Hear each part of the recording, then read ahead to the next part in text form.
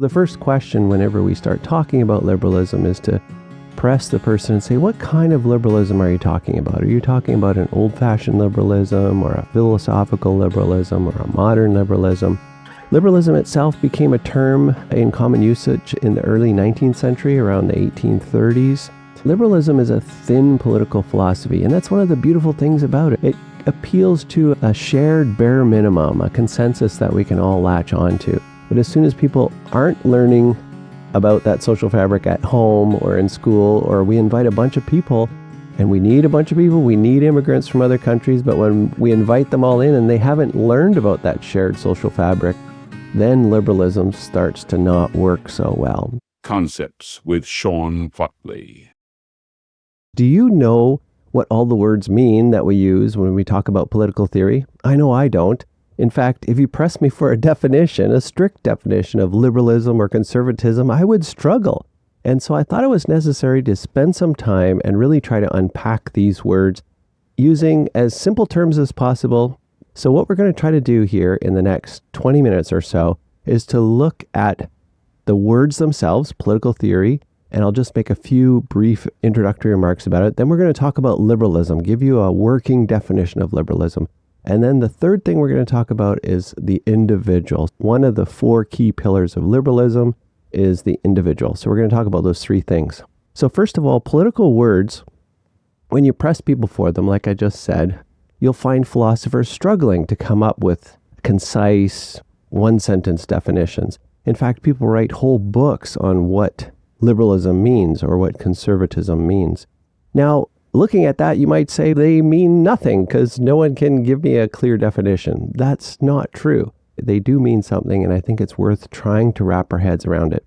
So just very briefly, whenever you add ism to a word, ISM, to a word, it changes the meaning of the word. For example, we can look at the word social. We all know what it means to be social, to go to a social event. When it's an adjective, most of us have a pretty clear perception in our mind of what social means. When we add ism to the end of it and we get socialism, that's something completely different. That's a whole collection of beliefs and ideas about legal theory, political theory, moral theory, how societies should function together. In fact, so much so that socialism often ends up having a very different definition than its root meant in the first place. We could do the same thing with feminine and feminism. Often feminism looks like it exists to oppose societal understanding of the word feminine. You can do the same thing with conservative and conservatism. The funny thing, however, about liberalism is that liberalism wants to retain a monopoly on the word liberal. So you speak with people who say they're classical liberals or modern liberals. They want to be perceived as the champions of liberty. But just to be clear, that is not the case. Other political philosophies also talk about liberty. Specifically, conservatism has a robust history talking about liberty and ordered liberty. So adding ism to a word changes it into a noun and it changes it into a new meaning. And specifically, we're going to be looking at liberalism today. The second point I want to make about isms is that we have to separate the idea from the institution. So whenever you say conservatism or liberalism, you often think of the Conservative Party or the Liberal Party. Those are institutions. And very often, the ideas are not carried over into the institutions. In fact, conservative parties often don't act in a very conservative manner, and liberal parties often do not act in accordance with liberalism. And then the final point I wanted to make is that words change over time. So I mentioned the word feminism. First wave feminism, you think of Mary Wollstonecraft. She was writing in the 1700s, the late 18th century. And her version of feminism is very different from the third and fourth wave feminism that you see today. So the words themselves will change. Now, some words people are kind and they add adjectives before them. So for example, socialism, you'll hear democratic socialism or Marxist socialism. So you know what kind of socialism you're talking about. But when it comes to liberalism, most people don't add modifiers in front of the word liberalism.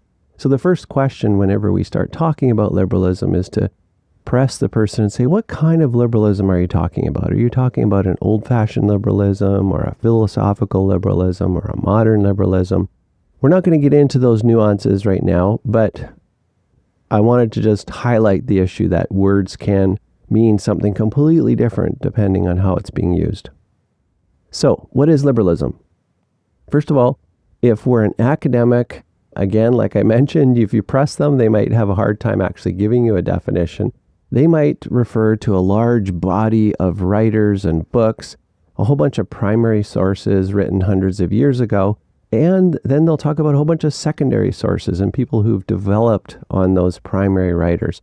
So if you really wanted to say you're a professor in political science with a focus on liberalism, that's what you're thinking of when you mention the word liberalism.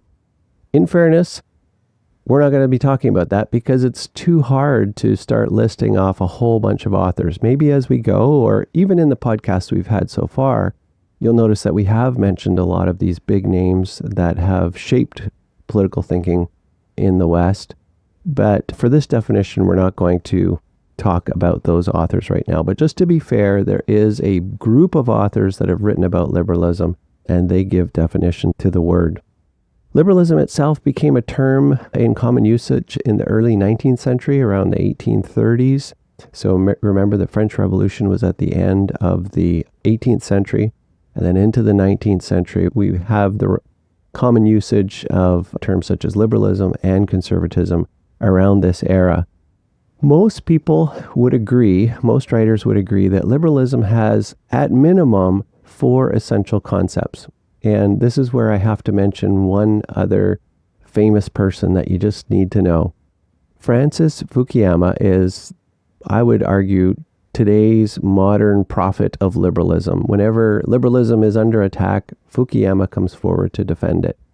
And in the beginning of his latest book, Liberalism and Its Discontents, he identifies 4 essential features, which he actually borrows from another writer. And those 4 ideas are individualism, egalitarianism, universalism, and meliorism. Now we're going to unpack what each of these words mean in subsequent episodes. For this one today, we're just going to focus on individualism. But very briefly, let me explain what they are. Individualism is just as it sounds, focus on the individual. Egalitarianism is what you've experienced or seen in the headlines over the last several years, DEI, identity politics, the idea that we are all equal. But with DEI and identity politics, some people are more equal than others.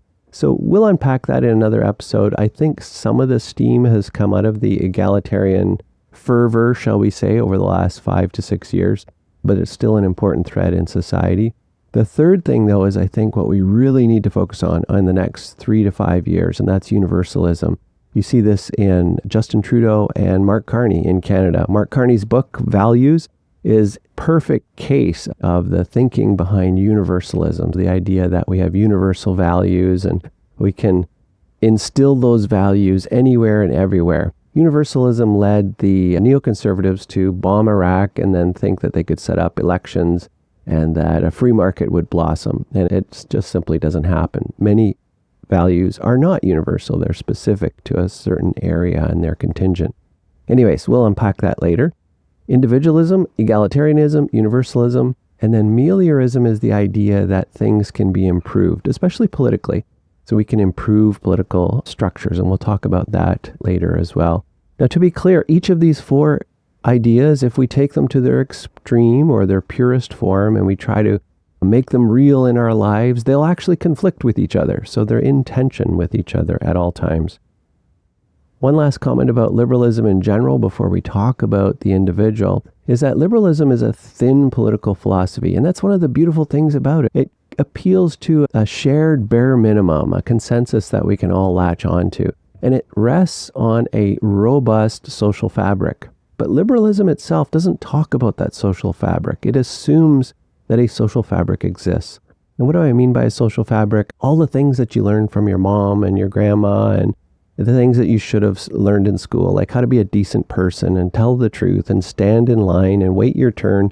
All these things that we expect people know in a particular society or a particular culture. And as long as that social fabric exists and it's strong, then liberalism functions quite well for the most part because it runs on the energy of this robust social fabric. But as soon as people aren't learning about that social fabric at home or in school, or we invite a bunch of people And we need a bunch of people. We need immigrants from other countries. But when we invite them all in and they haven't learned about that shared social fabric, then liberalism starts to not work so well. So if people don't learn at home, they don't learn in school, or they're just new to the country, the social fabric starts to decay, and then liberalism struggles. And I think that's what we're experiencing right now. So the third thing I wanted to talk about was the individual. So we're just going to unpack one of the pillars of liberalism. Now, the individual is something that resonates with us right away. We say, well, of course we talk about individuals. When you get pulled over by the police officer for speeding, you know that you're getting the speeding ticket, not your mom or your dad or your wife or your family members. So we have a sense, just from our lived experience in the Western world, that liberalism is a core feature of how we live out our lives. However, if you're a parent and one of your children get pulled over by the police and they have to pay for a speeding ticket, you know that there is an element of connection. You may have to pay for the ticket or help pay for the ticket. Of course, you're not held legally responsible for that speeding ticket, but your insurance rates might go up. A whole bunch of tension is created in the house. And so right at the core of liberalism itself, when we start talking about the individual, we immediately see that in real life, when you actually play this out in reality, tensions arise, and liberalism isn't the pure and perfect and applicable idea that we hope it would be. Now, I said I'd mention a second philosopher, and this is a really important person to know. The idea of the individual seems to come from John Stuart Mill. Now, it's developed over time. There's actually a couple of great textbooks written on the invention of the individual. But when we're talking about individual and the individual and individualism within liberalism, we're usually thinking of John Stuart Mill. So he was a philosopher and political economist in the 19th century, and he talked about the sovereign individual, or the fact that the individual is sovereign. His exact quote is, quote, "Over himself, over his body and mind, the individual is sovereign," end quote. With the idea of the individual, we have woven together or interlaced ideas about liberty, so freedom, the individual, and progress. And it's often hard to parse those three things apart. When you start reading some of these original writers about liberalism, they will talk about the need for freedom being based upon the concept of the individual. And without the freedom and individual connection, without that innate connection, we won't be able to have progress. So social institutions will hold progress back. We can talk more about progress in the future. It's actually a core pillar of Enlightenment thinking. But for today, we're just focusing on the individual. Now, the struggle I have with individualism per se, I agree it's true, but it's limited. So we already mentioned the notion of the speeding ticket. In my experience in medicine, I find that the concept of the individual falls far short of being able to actually care for people. One of the first things we say when people are sick or when they're admitted to hospitals, we ask for their next of kin. We ask if there's a friend or a neighbor who can come and drive them home or drive them into appointments. We ask if there's someone's close by that can check on the cat at home while you're admitted into hospital. So certainly in emergency services, whether it's medicine, nursing, EMS care, fire, police, one of the most important features when you're dealing with an individual is to find out who is attached to this individual. And this gets at a deeper discussion within liberalism about the concept of something being voluntary or involuntary. So within liberalism, when you're talking about the individual, you want to emphasize voluntariness. So we go out and make agreements or contracts based on a voluntary decision. I choose to contract with you, or I choose to get married to you, or I choose to build a business with you. And so the idea of non-coercion is very key in the concept, in the broader concept of individualism. However, again, I don't think that works in real life. We mentioned the family.